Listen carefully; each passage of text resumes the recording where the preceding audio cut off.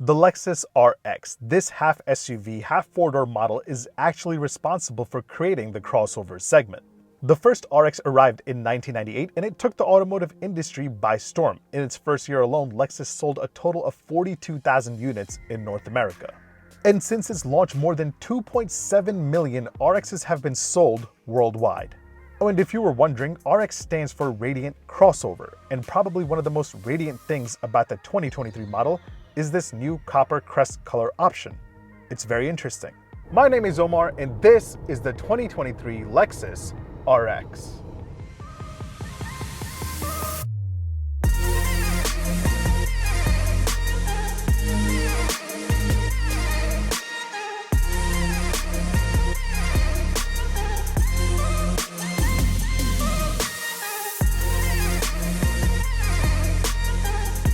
Alright, so we've been waiting for an update to one of the most popular luxury vehicles of all time, and we finally have it. This is the new RX. And besides all the updates made to the exterior design, the interior, all the new tech, the big news here is that the RX has dropped its V6 engine for a four-cylinder lineup.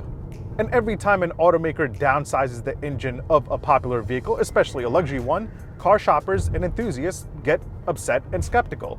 The RX has always been one of my top 3 favorite picks in the luxury crossover segment. I've always felt that this is one of the most comfortable options you have.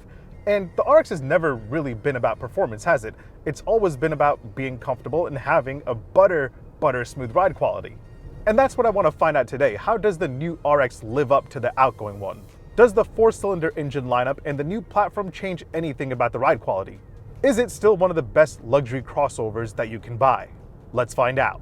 Now, since I'm out at the first Drive Media event for the RX, we're still missing a few things like the pricing. So that said, I figured I'll give you a quick tour of all the trims of the new RX and see what you get as standard or as an option. And then I'll grab one of the new RXs, whether it's the 350, the 350h, or the 500h Performance. Definitely want to drive that one. And then I'll tell you how this stacks up and how this drives compared to the outgoing one. Make sure you hit like, make sure you hit subscribe. All right, let's go do this. All right, let's get into it. Now, Lexus hasn't announced pricing for the new RX, but my guess is that it should start around $50,000 for the base model. And I'll make sure to update the pricing details in the description and comments below once it drops. That said, for 2023, you have 4 powertrain choices to pick from, and none of them are a V6. Go ahead, let it out in the comments. Starting with the RX 350, which will be available as a front-wheel drive or all-wheel drive model. That will be powered by a 2.4-liter 4-cylinder turbo engine, making 275 horsepower and 317 pound-feet of torque. The RX 350 comes with an 8-speed automatic transmission. Then you have the RX 350h, which is powered by a 2.5-liter 4-cylinder engine with a hybrid Atkinson system, making 246 horsepower and 233 pound-feet of torque. It'll get standard all-wheel drive, but unlike the RX 350, the 350h gets a CVT. At a later date, Lexus will also offer the RX 450h Plus, which will be an all-wheel drive plug-in hybrid. We're still waiting for the details on what the electric range will be and the official output figures, so stay tuned for that. And last but not least, you'll have the most powerful RX ever, the RX 500h. This will use the same engine from the RX 350, but you'll also get an inverter and an electric motor that will help this make 366 horsepower and 406 pound-feet of torque. Now, once the 2023 Lexus RX goes on sale, you'll have a bunch of trims to pick from, a total of 6, including Standard, Premium, Premium Plus, Luxury, F-Sport Handling, and F-Sport Performance. And of course, as you move up trim levels, you'll get more luxury and more options. That said, the base standard trim comes pretty well equipped. You have the Nulux fake leather interior trim, no cloth here, and that's expected in the luxury segment. But yeah, the base model also gets 8-way power adjustable front seats for both the driver and the passenger, which is pretty impressive. The front seats are also heated as standard, so that's pretty solid. You also have a power tilt and telescopic steering wheel at the base model, which I really appreciate because not all luxury brands will give you that. You also have a multi-zone climate control, so everyone in the RX can enjoy their own climate. Now, as for the tech, the base model comes with a smaller 9.8-inch touchscreen display with standard wireless Apple CarPlay and standard wireless Android Auto. Navigation is optional through a subscription service called Drive Connect that Toyota and Lexus use now. You also have this digital gauge cluster display, which is pretty informative, but not as exciting as the ones you see on other luxury brands, and I don't think that's a big deal. Gauge clusters don't need to be crazy graphically impressive. But yeah, the interior of the base model is actually pretty nice and quite loaded. You even get paddle shifters here. Not to mention, you also get a power tailgate as standard. Some luxury brands don't offer that until you get up to the higher trims. Driver assist tech-wise, you get the Lexus Safety System Plus 3.0 suite of driver assist tech, including adaptive cruise control with curve speed management. You get lane departure alert with steering assist, a pre-collision system with pedestrian detection, and a rear view camera. Now, if you step up one trim to the premium, you'll get a few other additions, including cooled front seats, or ventilated front seats, whatever you want to call them.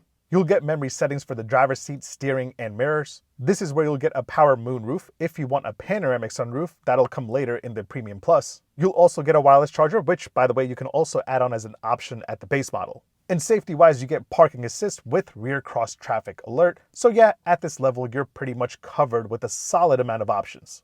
Now, if you want to get a little fancier with your tech and your materials, you'll have to start off with the Premium Plus, and again, this is where you get the panoramic sunroof.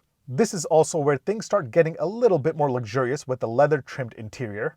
You'll get to keep your hands warm with this nice wood and leather-trimmed heated steering wheel. This looks really nice. I love that Lexus does this. And this is where you start getting the bigger 14.1-inch touchscreen display as standard. But yeah, keep in mind, you can add on the heated steering wheel and the bigger display on the Premium as an option. Now, if you feel like being nice to your family and friends, you can add on heated and cooled second row seats, which are optional and only available on the Premium Plus trim or higher. And the same goes for the 21-speaker Mark & Levinson sound system. If you think you're fancier than the Premium Plus, you can go for the luxury trim, and here things just get really nice on the inside. You get a semi-aniline interior that looks really nice and feels even nicer. The seats look and feel more luxurious than the one on the base and premium trim. You'll get a suede door interior trim as well with this really cool pattern on it. That looks dope. The luxury trim also upgrades your front seats to 10-way power adjustable with 4-way power lumbar support. Optionally, you can also get power folding rear seats on the luxury and the F-Sport Performance trim. And one of the coolest things is that you can fold them right from the infotainment system. You just hop into the seat settings in the infotainment system and you can select which rear seat to fold, or you can hit fold all and they will go down. Not only that, you can also put them right back up from here, which is pretty convenient and something most luxury SUVs are starting to offer now. By the way, the luxury trim also adds on a heads-up display for your viewing pleasure. Alright, so if you want the sportier side of the RX 350, you can go for the F-Sport handling trim, and this is where you'll get a sportier look with all the F-Sport touches. The only real performance upgrades here include a post 6-piston aluminum front brake calipers and an adaptive variable suspension. Other than that, you'll get an F-Sport grille, which looks sharper and cooler. You'll get F-Sport bumpers and 21-inch wheels. You'll also get some sporty F-Sport touches on the inside as well. Again, if you want the real sporty side of the RX, you'll have to go for the 500h F-Sport Performance. And this is where you get the setup that gives you 367 horsepower and 406 pound-feet of torque. It's made it to a 6-speed automatic transmission. It also has an E-axle rear unit that throws in a high-output electric motor along with a more advanced torque vectoring all-wheel drive system that Lexus calls Direct 4 all-wheel drive. So yeah, this is the more performance and sporty side of the RX. Alright, let's check out the legroom in the back. Now, according to official figures from Lexus, legroom in the second row has dropped by 0.7 inches, but you don't really notice it. I'm about 6 foot tall, that's my seating position. As you can see, I still have a good amount of room. Alright, let's check out the cargo capacity. Again, we don't have official figures, but Lexus says that the tailgate opens 3 seconds quicker than the outgoing one, so check that out. That's actually pretty quick. And yeah, you do have more space in the back, we just don't know official figures yet. Alright, really quick, let's take a look at the exterior design. Since the debut of the new RX, it's been pretty controversial and it remains that way. A lot of people aren't sure about the front end, which now has what Lexus calls a spindle body instead of a spindle grille, mainly because the grille and the hood blend into each other. I personally think it's kind of unique, and I hate to say it, one of the most said phrases in the automotive industry these days: it might grow on you if it hasn't already. Now, the new RX sits on the GAK platform, making it 198 points lighter. It remains 192.5 inches long, but the wheelbase has grown by 2.36 inches. Not sure if those figures mean anything to you. Personally, I really like the rear end of the new RX more than the front. It has the long LED taillight that spans the width of the rear end, like on most new Lexus models. By the way, LED taillights and LED headlamps are standard on all RX models for 2023. You can upgrade to the triple beam Lyrical Dream headlamps if you want to spend extra. As for the wheel game, the sizes range from 19 to 21 inches. I've always liked Lexus's wheel design, and I still think they look pretty good. But one of my favorite things about the 2023 model year is the range of new colors like this copper crest that I'm testing right here. It's very unique, very different from what you would expect from Lexus, and I think this color will do really well in Los Angeles. All right, so before I give you my opinion on how the new RX is to drive, let me point out a few important daily ownership highlights that I'll have to show all of you. You have 4 cup holders, 2 in the front right there, and then you have 2 in the back in the center armrest. And of course you do have a bunch of bottle holders on the side of the doors. Here are what the keys look like to the new RX, same old Lexus key. You do have a digital key this time, so you can have it on your cell phone or a card that comes with the car, but yeah, you do have a digital key this time. Door open and close sound from the outside and from the inside. Pretty solid. Charging game wise, in the front you have your wireless charger right there, you have a USB-A port, USB-C port, and you also have 2 USB-C ports right there. Rear passengers also get 2 USB-C ports, so Lexus has definitely stepped up its USB-C game, finally. Let's do an indicator and horn sound test. Indicator first. Same old Lexus indicator. Now for the horn sound. That's solid. All right, let's take the RX for a drive, and let's start off with the 350 gasoline-powered one and see if the 4-cylinder engine and that new platform have changed any of the driving dynamics. Now, the new RX sits on Toyota's GAK platform, which also underpins the new Lexus NX. It also underpins the Highlander and the RAV4. This RX is now 198 pounds lighter, and it also gets a redesigned multi-link rear suspension that should improve ride and handling. And it definitely does. Now, the RX has never been a vehicle that I've ever pinned for sharp driving dynamics, but the new one definitely feels that way. The RX 350 here that I'm driving loses 20 horsepower, but it does get more torque. So you don't really feel too much of a difference in acceleration. The 4-cylinder engine behaves really well. It doesn't seem to be struggling to push this crossover that weighs over 4,300 pounds in all-wheel drive form. 0 to 60 for the gas one here comes in around 7.5 seconds. The 8-speed automatic transmission shifts in a very smooth way. You don't feel the gear changes at all, which is something you would expect from Lexus. And again, the ride quality is butter smooth, which is something that I've always loved about the RX and Lexus vehicles overall. Drive modes wise, Lexus has dropped the Sport S Plus mode. Now you just have standard, eco, normal, sport, and custom. And of course, I want to test out the sport mode because I feel no one really messes with the other modes. It's either normal or sport, that's it. Now, to pop it in sport mode, you have to do it through the infotainment system. You no longer have those cool dials that you had right here in front of the gauge cluster. I missed those. But yeah, once you pop it into sport mode, it accelerates a little bit sharper. It handles slightly better, but this is not the sportiest RX. Let's go drive the sportiest RX of them all, the 500h F Performance. All right, let's take the 500h F Performance for a spin. This is the fastest RX ever made. This is powered by the same 2.4-liter 4-cylinder turbo from the RX 350, and it has a 6-speed automatic transmission. It also has an inverter and an electric motor, along with what Lexus calls an e-axle rear unit that throws in a high-output electric motor along with a torque-splitting all-wheel drive system called Direct 4.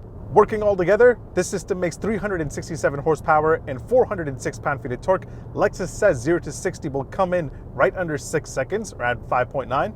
And it feels great. Now, this is not BMW M or AMG quick. This is more of a competitor to the Acura MDX Type S. It accelerates pretty nicely. There's fake engine noise being pumped into the cabin, and that gives you more of an experience, I guess. I personally don't like it. But yeah, this feels great. It's a really sharp RX, and you've never really experienced that from the RX, so it's nice to see the RX finally get a performance variant. That said, I don't think you should be too upset about the RX leaving the V6 engine behind. It doesn't affect the overall ride quality of this at all. In fact, I'm sure it'll help you achieve better fuel economy figures, which is what most Lexus shoppers care about anyway. Fuel economy wise, obviously the 350h will give you the best at 36 miles per gallon combined. This right here, the 500h Performance, gets 27 miles per gallon combined, which is still 2 to 3 miles per gallon better than the gasoline 350. But yeah, if you're looking for a luxury crossover that has the smoothest ride quality out there, the RX is still on the very top. And you'll have to drive it for yourself to believe it. I always say, don't just listen to me or take my word on the vehicles that I review. Don't listen to anyone else. As YouTubers, this is just our opinion and our experience. Go and test drive one and see how it makes you feel, and then make your buying decision. But I will say this, that if you want reliability, comfort, and luxury, Lexus is still on the top for me. Either way, thanks for watching. Make sure you hit like, make sure you hit subscribe.